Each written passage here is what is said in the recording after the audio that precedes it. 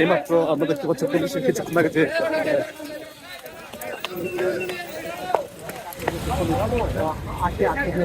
আমি দাঁড়াবো।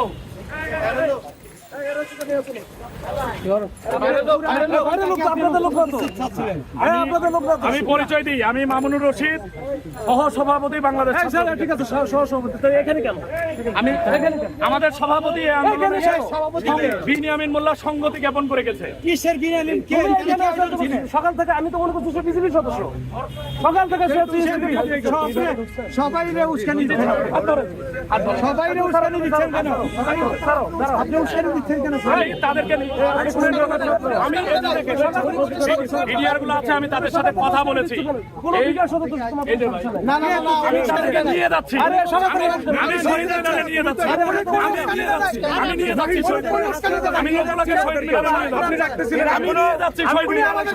এখনো উস্কানিমূলক কোনো কথা বলে আমি নিয়ে যাচ্ছি আমাদের